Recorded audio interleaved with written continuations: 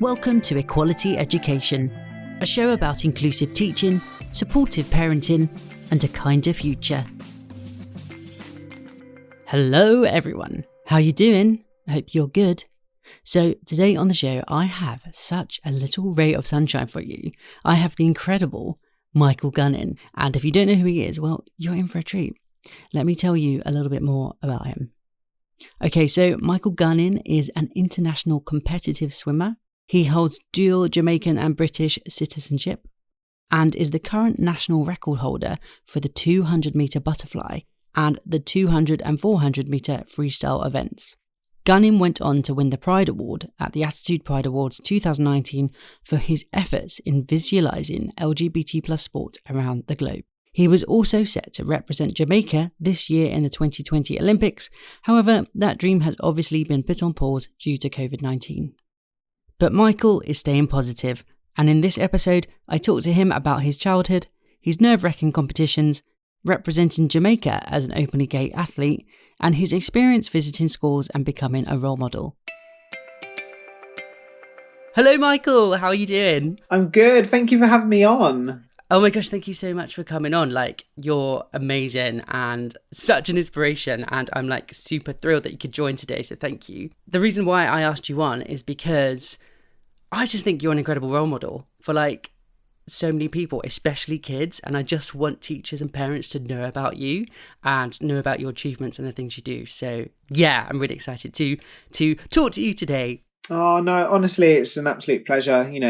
During these hard times, everyone's life's been turned upside down. So I think it's important to share stories and just talk and kind of get that network going with everyone. Exactly. And you are probably one of the most super positive people I know. You're always smiling and you're just adorable. So you're a little ray of sunshine. So you've got to be happy. You've got to be happy. Before we start, Michael, what are your pronouns? So we all know. Yeah, him, he. That's totally fine. Great, him and he, love it. And as always, can you share with us a happy memory from your childhood? That is so hard for me because I have so many happy memories. Oh, that's good. But I have a younger brother, Luke, who is 3 years younger than me. And we always used to go around to my grandparents when my mum went to work and she'd drop us off on the way and then pick us up on the way back. And we always used to get up to lots of different things around my grandparents' house. And one that I remember was we have a fish pond. And I remember walking around the outside of the fish pond, being silly, being a little bit naughty, and I fell in the pond. And oh my gosh. Oh, honestly, I was so scared. I was like, my mum is going to kill me. So my grandparents washed my clothes and then dried them before she'd even got home from work. And I don't think she knows, even to this day. Oh my gosh, we should send her this afterwards. I mean, at least you could swim back then though, right? How old was you? I think I was about 7 or 8. Okay, and was you into swimming then?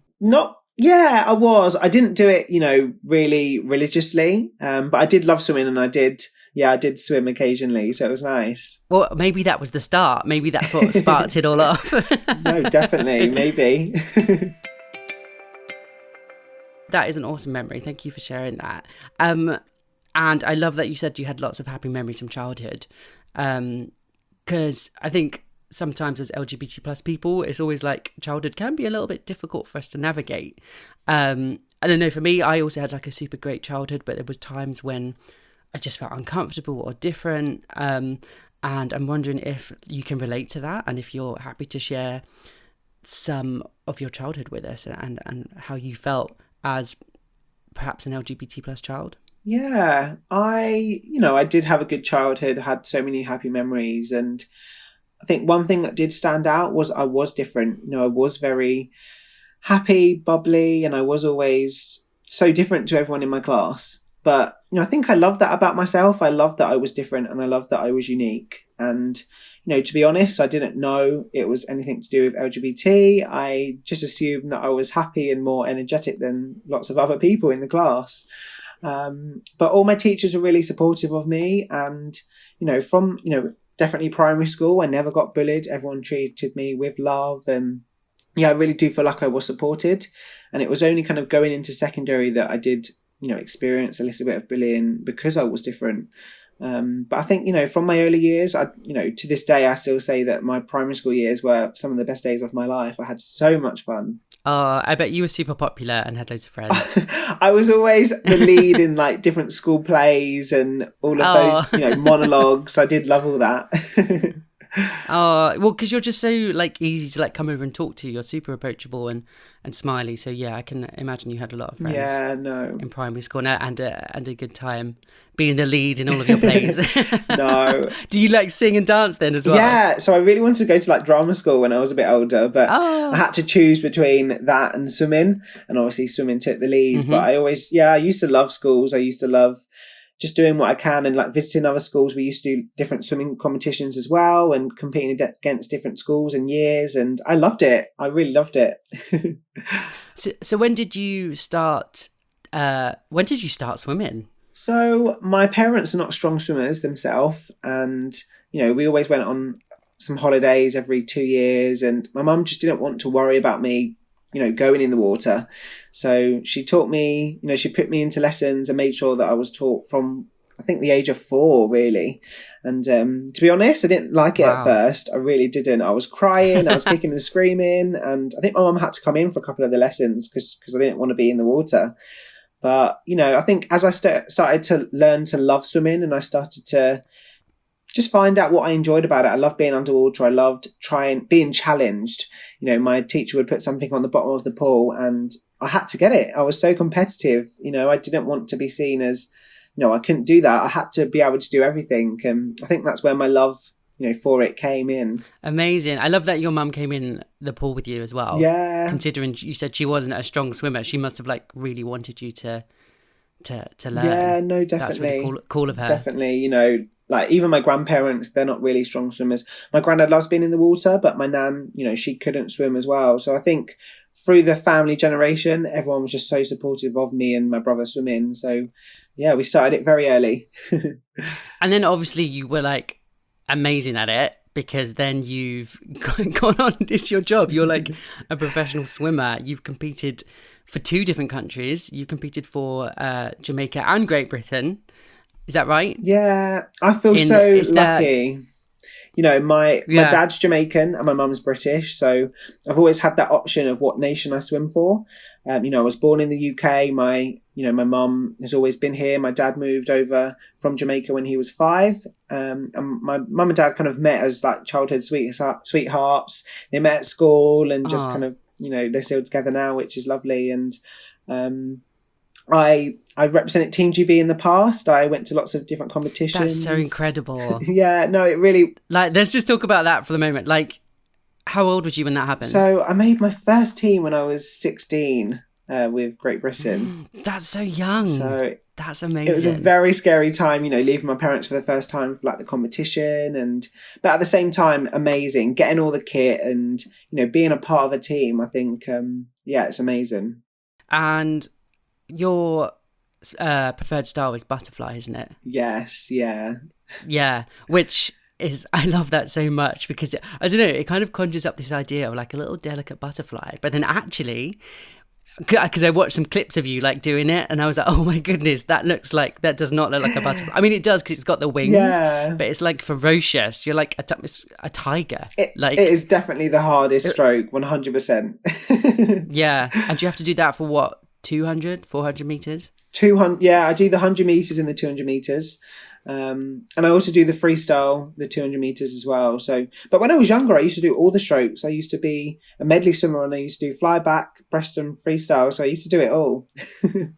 Do you do any other styles now, or is it you just do butterfly? Is that like the one that you're doing in competitive? Yeah, 200 butterfly is the one that I'm aiming to qualify for Olympics for. So yeah, that's definitely my best one. Yeah, which is what you would have been doing this year if it wasn't for Miss C. Rona. Unfortunately, and it would have been your first Olympics. Yeah, this year was so perfect for me. Everything was going right. In January, I went to Australia for a 5-week training camp, and my diet was perfect. Everything leading up to obviously the Olympic trials in April were spot on.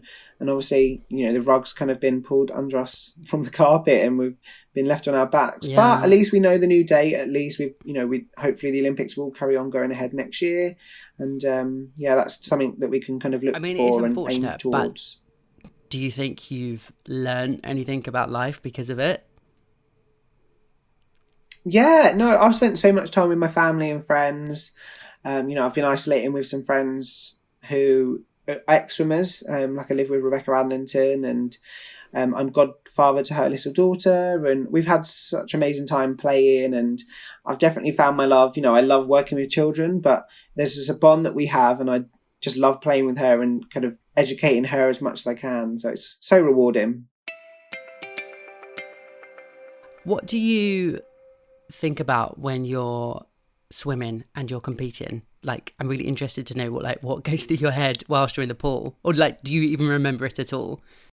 Yeah, I think with swimming, it's such a particular sport, and when you're competing, when you are training, you have to focus just on swimming, on moving your body through the water. So many other sports you can think about all different things, but with swimming, if you're not switched on, or if you're not thinking about keeping your body up on top of the water, you're going to sink. So I think it's so good for, your mentality, for mental health, for just kind of taking you away from all the stresses of life and just making you focus on swimming. And I find it so therapeutic. Do you get nervous when you have to compete? 100%. Oh, no, really? One of the worst things for me is like the nerves before major competitions. And I didn't really find out how bad I was until my first World Championships, where I was in the cool room, which is like a room that you have to go before you go out into the main pool. And I didn't want to go out. I was so petrified. I've done all this training for that one swim, and the nerves just got on top of me, and I was just petrified to even go out. And since then, I've done like a lot of training for it. Training my mind to try and relax, and have like a breathing technique now, like doing the cool room before, just to try and calm my nerves. But it was something that I did struggle with for a long time. It's just so much pressure, and I mean, this is not the same at all, but when I was younger, I used to do trampolining, which is quite funny, but I actually used to do it quite seriously, and I used to go around the country doing competitions. That's amazing. I was actually really good. Not like Olympic level, but I used to get so nervous to the point where I was like, I'd feel sick.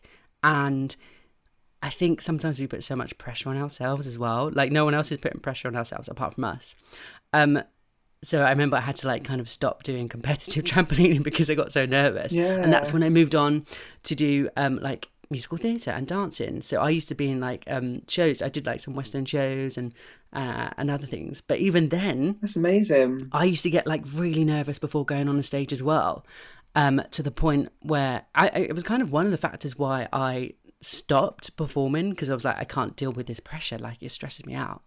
And that's why I was like, I'm just going to write books and like make videos. Like, it's not going to be nervous. But now I have to like stand up in front of people and give talks. Like, I go into companies or schools and talks to people. And that's amazing. You've gone the full circle. And it's weird. And it's like, and when I first started it, I used to get like really nervous. But it's just like, the more you do it, the more competent you feel at what you're talking about. And I guess that might be the same with you. Like, the more you're doing it, do the nerves kind of like diminish? I know you spoke about the techniques you have, but like... Yeah, I think, the pressure comes from how much pressure you put on yourself. And I think it goes for anything, whether it's school, whether it's an after-school activity. You're always going to put pressure on yourself because you want to do well. And for me, I didn't want to let my family down. They'd committed so much to me swimming. They took me every morning before school and after school. And, it is that pressure of I don't want to let my family down and my people that I love down. And something actually I've never spoke about before, so this is an exclusive, but Yes. I actually had a stutter when I was very young, and, I couldn't talk fluidly, and my mum took me to speech and language therapy and had many sessions with her just to kind of get rid of my stutter.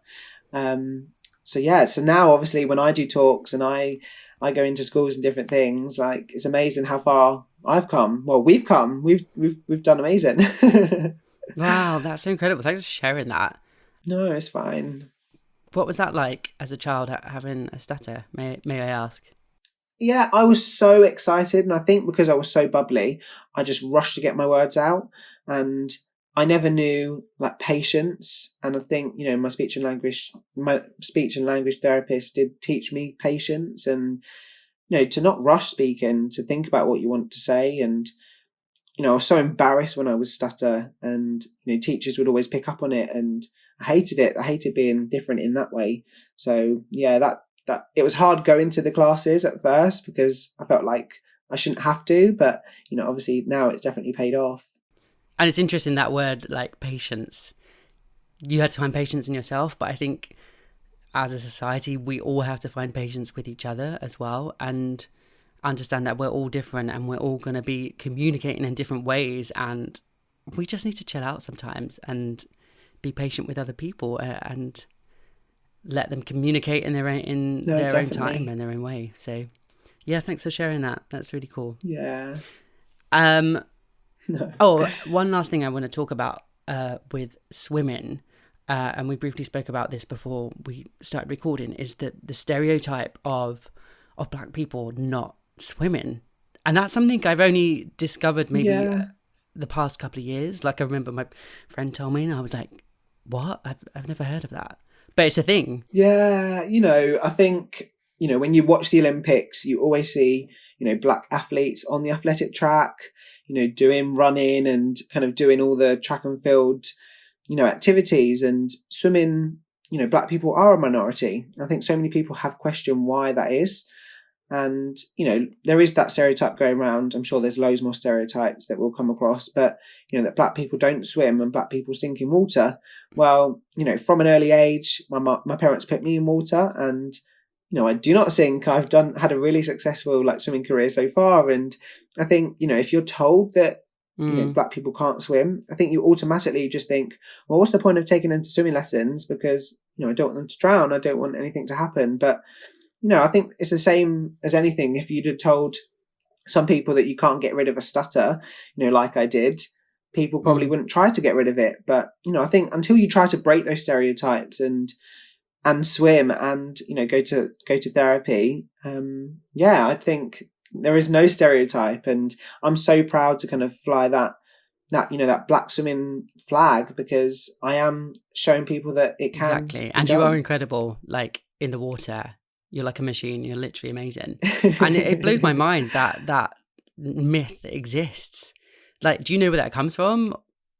I'm not really sure. I remember someone saying to me that, it's proven that Black people have heavier bone density. But, just maybe I just work super hard to make sure that I don't sink. I don't know. But yeah, I don't think. I mean, there's so much in our history that's going to be entwined into that as to where that's come from. Like, and we can all imagine why that myth has been created. No, I know. But it's awesome that you're standing up there and being like, no, look at me, I'm like amazing at this, and you can do it too. Yeah, I think especially growing up as well, like I never really saw any role models that I could have, for Black swimming. So I think because of that, I want to be a Black swimming role model. So people can relate to me, people can want to be like me. So yeah, hopefully I'm doing my job. Even though you didn't see anyone who was like you, did you have anyone at all that you kind of looked up to? Yeah, I like different friends. I had buddies when I was, in the young ages of school, and I used to look up to all my buddies. I used to look up to, people like success. Obviously, Michael Phelps was doing really well from a young age as well in swimming. And I think there were so many role models that I looked up to, but none were like me. But, role models can be anyone. Exactly. I love that. Yeah. Can you swim, by the way? Can you swim? Yeah, I'm a great swimmer. Okay. I'm good at everything that I try, so no, I'm more of like a holiday swimmer. Okay. Like, I like just being in the water though, and like messing around. Yeah. And yeah, I do really enjoy it. We should go together. We could be swimming buddies. I'll teach you the proper technique. None of this doggy paddle. Oh no, that's what I'm good at though. That would be my style of choice if I was going to be in the Olympics. I'd be like doggy paddle. Oh no, I'll teach you. Let's do it. We'll get a date in, and then I'll join you in Tokyo. Let's do it. It is Tokyo, isn't it? Yeah. Yeah. Is it still going to be there? Yeah. I guess they would have built the whole everything Yeah, now. it's So all they ready have to go. So it has to be there. So let's move on now to The Bi Life, because that was a Oh, reality TV show that you were on. yeah. What was that like? Oh, that was really amazing. I think growing up, I never ever thought I'd be on TV. But I went through, a hard time in my swimming where I didn't get picked for a team in 2018, and I'd obviously trained so hard. And I think for me, there was a lot of feelings inside that I was really struggling with my sexuality, and for so long I had suppressed that, and kind of I got that opportunity to, and I know that the Bi Life, is a label, but I'd never explored my sexuality. I'd never thought about it. I'd never been on any dates. I'd never met anyone. So, that show was just an opportunity to get 6 people in a villa who were like-minded, who were open to question their sexuality, and just go on dates and see what you like and what you don't like. And for me, it was a massive educational experience. Mm-hmm. Because you, on that show, you came out as gay. It's kind of like Yeah. that experience made you realise what you were, Yeah. in a No, way. definitely. I think it was in 2015 that I told my parents that, I did like the same gender. And, they said, oh, how do you know? Have you explored? Have you tried to, have you had feelings towards both? But I think because of swimming, I just learnt to suppress it, being around poolside, not wearing much clothes most of the time. Like, it was so easy just to push all that emotion down and not feel anything, not be attracted to anyone. And, I knew that the attraction was there towards guys, but I think because I'd never been on dates, because I'd never explored, I just didn't want to put the label on, as gay or bisexual, or I didn't want to put any label on my sexuality. And I think the first time I'd done that was, on the Bi Life. Bless you. Like, that is just another layer of things to deal with as well. Like, on top of like the pressure of being a superstar swimmer. Yeah. So maybe that was meant to happen that year, that 2018 year. Maybe that was No, definitely. why you didn't qualify. You were meant to go on this personal journey, and I really do think that. obviously it worked because you've come out stronger, and look at you now. You're going to be going to the Olympics. I'm sure you're going to be going next year. Yeah, So. I'm just so much more Yeah. confident, like when I go to competitions, I don't have an extra burden pushing down on me. I can just be myself, and I don't have to worry about being judged or what people think of me, because, especially coming on a TV show, everyone knows. And I didn't have to tell everyone that I meet, oh, so, I'm gay, or this is, who I'm with. Like, I haven't been in a relationship, by the way, but it's just nice to not have to, tell people. To just be your 100% authentic self. Yeah, is definitely an amazing feeling. But I feel like there is a problem around openly gay athletes. Is that something you've experienced? Have you experienced any negativity at all? Yeah, I think with sports, like many other things, stereotyping is a thing. And I think one of my biggest fears was, when you go to competitions, you don't want to be seen as weak. You don't want to kind of be disregarded on one of the best swimmers out there. And I think because I was a little bit happy and flamboyant, I didn't want it to be seen as a weakness, because when I got in the water, I was a mean machine and I wasn't let anybody pass me. And, I remember going to my Kent County Championships, and everyone thought that they'd totally smashed me out of the water because I was so happy. I was talking to everyone. But actually, when I got in the water, that flamboyant, happy self didn't come out. I meant business. And, there is that stereotype. And, I think one of the advice that I'd give to myself, now that I've come out is, be true to yourself. Don't worry about what people think. Don't worry about being judged. Just be you, because, when you're you and when you can be your, authentic self, you'll be more confident. Yeah, amazing. Can I ask you about, because obviously you represent Great Britain and Jamaica. Yeah. Was there like any issues with coming out and representing Jamaica? Like, you don't have to answer this. And I'm not sure if this is an inappropriate question, but because obviously laws are different in Jamaica with regards to LGBT plus people. Yeah, it is illegal to be gay out in Jamaica. And, you don't get arrested if you are gay, but you get arrested if you show the same, like some sort of affection towards the same gender.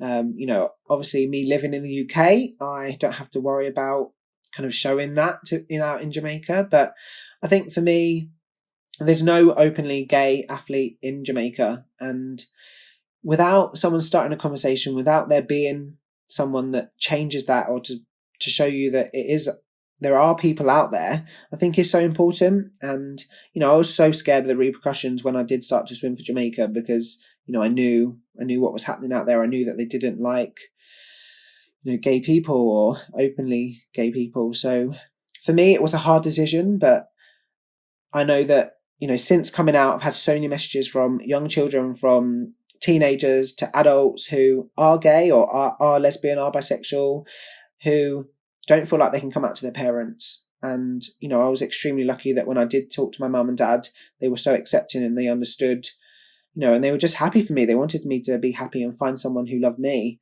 And obviously out in Jamaica, so many people don't have that. And I think if I can help people and be that person that they want to look up to, that they can speak to, and, they can resonate with me, I think that's so important. That's awesome. And yeah, you are just like a little hero and a role model. And that's why it makes me really pleased to know that you are actually going into schools as well in our country and talking to kids and being your 100% authentic self. Let's talk about that. Like, Yeah. Do you go into primary schools or senior schools? Yeah, I think throughout my swimming career, I've, been part of the scholar sports team as well. And I went into lots of schools with different banks and, National Sports Week. I used to love going into schools and talking. But I think now, I love going into schools to just share my story, to hopefully inspire as many kids as I can and students as I can, and show them, not every journey is the same. Some people like Adam Peaty, who's one of my swimming friends, Olympic gold medalist, he started swimming when he was 14, and, there's no journey that's the same. I did really struggle at school, and I really couldn't do maths, and there was many weaknesses that I had at school, but I went on to get a first class honours degree in early childhood studies. And, just because you're weak at something or you're not as good at something, I think it's important to share that it's okay. And, that's the same with my sexuality. Obviously when I was younger, I never knew, but I think if I had the education, if I was told that it was normal and, it did exist, I think it really would have helped my coming out journey. So yeah, I love going into schools and just sharing my experiences with teachers and pupils. And I know a load of teachers who are listening would have been like, oh my gosh, like we need to get them in. How would they go about doing that? Oh yeah, like I have many, obviously I have Instagram, lots of social medias, and I'm happy to, I've got my email on all of them. So if you can track down my email address and drop me a line, then I'd love to love to do it. Do you have a website or anything? I have a blog page. Okay, so probably best to find you on like Twitter or Instagram. Yeah, no, that's fine. I'll put all this stuff in the show notes so people can find you and get you in and talking to kids about everything. So amazing. No, I'd love that. You also have a YouTube channel as well. Yeah. Which I was checking out, which is great. That's like a new project for you. Yeah, a lockdown project, Yeah, no, it's really fun. And it's nice to see you're like kind of exploring different things, because you've got, you do some stuff with your housemate, Rebecca. Yeah, question and answers. Which is great to see like two Olympic amazing people at the same time. You also do some home workouts, which are amazing. And yeah, I mean, good job this is a podcast, because if people could see you, your physique is incredible. And you have to check out his fitness videos. Really cool. You know what? From start of lockdown, so many people asked me, lots of swimmers asked me for swimming related home workouts, because, obviously all the pools are closed. I've been asked to do question and answers, and I've just been like looking at all the responses I've been getting, and I've just been filming that content just to share with people, because amazing. It's a time to connect with people, so hopefully they help him. Definitely. And so I guess we know for you what your hopes for the future are, and that's obviously Tokyo 2021. Yes. Which I'm sure you're going to be there. I already said. Yeah, just over a year to go. Yeah. Is there anything else that you've kind of want for the future, maybe after the next Olympics? Yeah, I always wanted to be a school teacher, and, I think since appearing on different TV and stuff, lots of people do want me to host different things, and I'd love to be a children's presenter. I think that's one goal that I've always had, from an early age. I never thought it would come true, but I think every day it's kind of getting more realistic. And, I just want to give back. I want to share people, my positive lifestyle and hopefully inspire others. Amazing. And yeah, I can imagine you being amazing with kids. Like, you're just so smiley, so positive, and there's so much great stuff about you, to the point where I said to you earlier, I was like, I want you to come on my channel and we'll do a video together or something. And actually, I did have an idea. I was thinking we could maybe create a teaching resource together, like a little worksheet, which I'll put on in my members area at popandolly.com. I was thinking maybe I'll like draw you and like a pool, and maybe, I don't know, maybe it can be like a maths thing. But yeah, maybe we can collab on that, and that'd be amazing. People can download it. Yeah, amazing. No, you are amazing at everything you do, and kind of in this day and age, it is important for people to share their experiences and share it on an educational view as well. I think, I speak for myself here, but if I had that education growing up, it would have helped my family, my friends, teachers who didn't really know how to touch on different subjects. So yeah, you're doing amazing. So keep going. Oh, thank you. And I'm honestly, again, thrilled to have you on here. So thank you so much. Oh, one final thing, and you actually already mentioned it, but what would you say to a younger you? Yeah, embrace yourself. Have confidence in yourself and do things when you're ready. Don't rush. There's no pressure to come out, be good at something. Like, just embrace your full you. And when you do embrace it, good things will come in your path. Amazing. You're adorable. Thank you so much, Michael. Oh, and you're welcome. Thank you, I'll see you soon. Take care. Will do. Bye. Bye.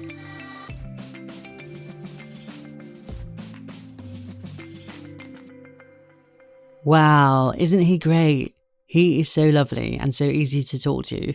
And there was so much more that I wanted to ask him and dive into a bit deeper with him. Dive in like a swimming pool. I'm sure there was more you wanted to know about him too. So probably best for all of us if we keep updated with him via his social media channels. You can find him on Twitter at MichaelGunnin1 and on Instagram under the exact same handle.